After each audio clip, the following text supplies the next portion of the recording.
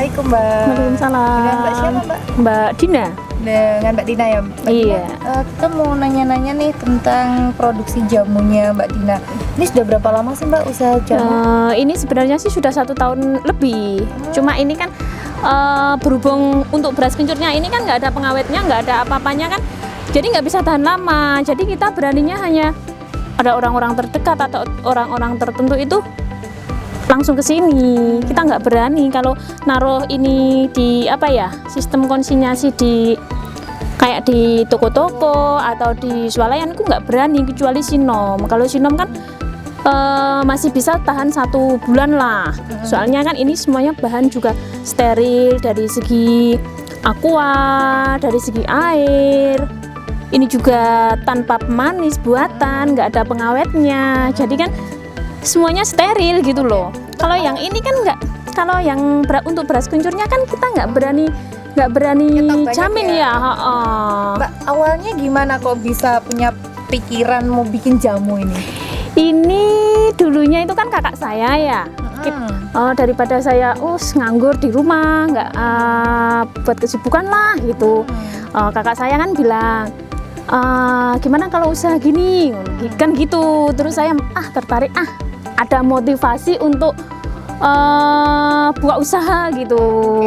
Terus bahan-bahannya gimana Mbak Dina? Bahan-bahannya saya beli di pasar sini. Kalau sekarang sih Gimana? bahannya itu mah meledak, seperti kencur, jahe. Dulu kan masih bisa dikatrol ya Mbak ya. Sekarang itu kan harga jahe, harga apa seperti kencur itu kan mahal sekali. Oke. Gula pun kan sekarang juga meledak ya Mbak ya. Sebelum bahan-bahan itu meledak nih, kita ke prosesnya terlebih dahulu. Biasanya Iya. 1 hari ini Mbak Dina ya, berapa bahan-bahannya yang dibutuhkan? Biasanya 2 kilo kalau menjelang mau puasa itu Mbak. Puasa itu 2 kilo lah. 2 kilo bahan-bahannya ya? Apa aja sih bahannya Mbak? Kalau misalkan ini apa nih? Kunyit. Ada kunyit. Ada kunyit. Yang warna kuning ini kan ada kunyit, ada beras, ada berasnya. Yang cepet biasanya yang membuat cepet basi itu kan berasnya, makanya kan kita kan nggak bisa tahan lama itu kan ya dari berasnya Beras, itu. terus apa lagi? Ada kencur, Ada kencur, terus apa lagi? ada ada jahenya. Ada jahe. Iya. Kalau Sinom ini? Sinom itu kan hanya sinom sama apa itu? Asem. Hanya asam. Sama kunyit. Kalau ini berapa lama Mbak tahannya nih? Ini kalau taruh di sukes saya nggak bisa jamin lama. Berapa hari gitu? 3 hari lah. Kalau yang Sinom bisa sampai seminggu? Bisa seminggu bisa. Terus per hari produksi berapa botol Mbak? Nggak pasti sih. Berapa tuh biasanya? Berapa? Biasanya sih 1 resep itu mencapai 50 lah, 50 botol. 50 botol ya? 50 botol untuk yang kecil. Oh. Sampai 60 botol. Itu biasanya membuat sampai 2 resep. Berarti 120-an. 120 botol ya. Itu bahannya dari 120 botol berapa kilo itu? Macam-macam itu. Kalau yang ini 2 kilo. 2 kilo. kiloan Iya, 2 Per kiloan. hari ya, itu ya. Kalau ini? Kalau yang ini 1 kilo lah sudah cukup asemnya. Asemnya Berarti sudah untuk cukup. Pemasarannya warga atau konsumen ini datang langsung ke rumahnya Mbak Dina? Iya, Promosinya untuk gimana Mbak? ya dulunya sih ada. Dulunya sih cuma gimana ya, ada satu-satu gitu yang kesini itu. Kalau orang Jawa itu apa ya? Ketok tular. Ketok tular ya, ketok tular. Iya. Dari mulut ke mulut gitu ya? Iya. Sambil kalau ada pertemuan Iya, saya bawa gitu. promosikan. Iya. Biasanya yang kalau kesini ke orang-orang Dinkes itu juga. Dulunya kan saya produksinya itu ada keripik.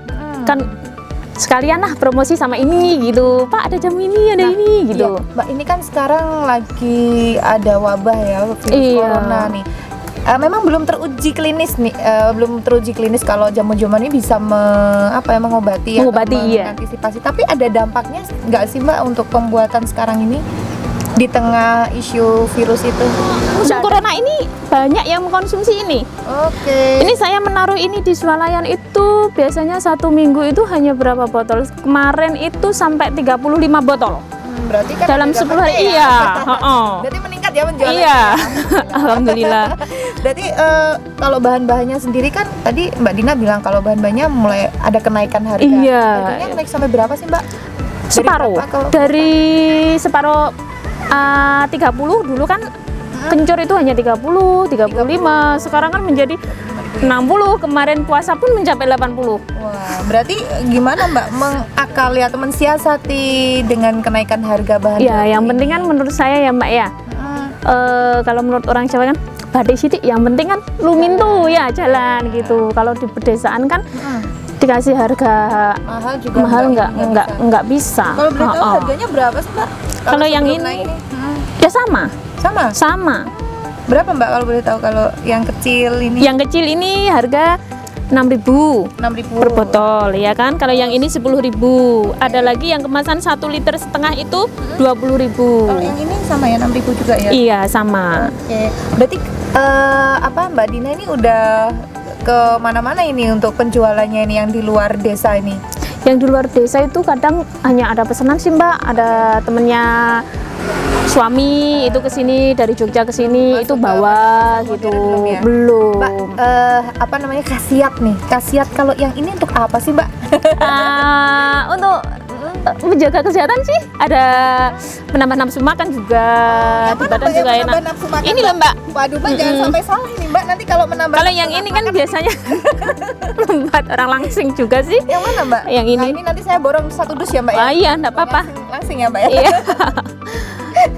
Nih ya, jadi pemirsa yang mau lihat kita nih bisa tahu khasiatnya mana yang buat langsing, mana yang buat gemuk. Jadi kalau ini untuk menambah nafsu makan. Nafsu makan iya. Apalagi sekarang kan banyak corona kan harus mengkonsumsi rempah-rempah ya.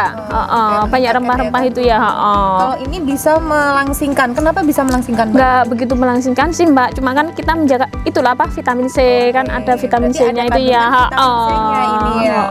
Mbak sehari omsetnya berapa? Ya nggak mesti sih Mbak.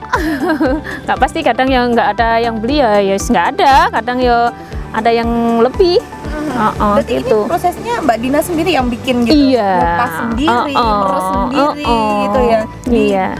Dideplok? Kalau ini direbus sama airnya. Airnya juga saya pakai isi ulang itu loh Mbak, yang jerganan besar itu? Iya. Mbak, harapan ke depan nih dengan Mbak Dina udah berapa 1 tahun ya udah memproduksi jamu ini, kira-kira apa sih Mbak harapannya Mbak? Ya kita harapannya ya pengen meluas Mbak. Pengen meluas. Luar negeri gitu ya? Ya pengen meluas. Pengen lebih dikenal. Kan omset masih tambah gitu loh Mbak.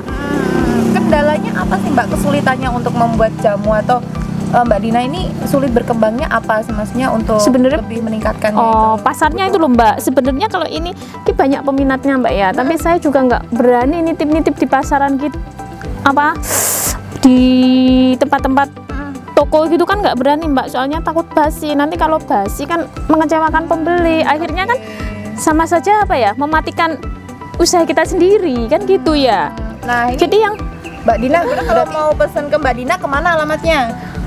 Ya ke Kacangan saja. Ke Desa Kacangan ya. Iya. Kecamatan Tambarjo. Kabupaten Bojonegoro. Barangkali sambil menikmati jamu sambil lihat pemandangan alam di sekitar rumahnya Mbak Dina ya. Oke. Terima kasih Mbak Dina atas waktunya kita pada sore hari ini. Semoga jualan jamunya semakin lancar, semakin berkembang. Amin. Dan buat pemirsa juga jangan lupa mengkonsumsi jamu ya buat kesehatan kita.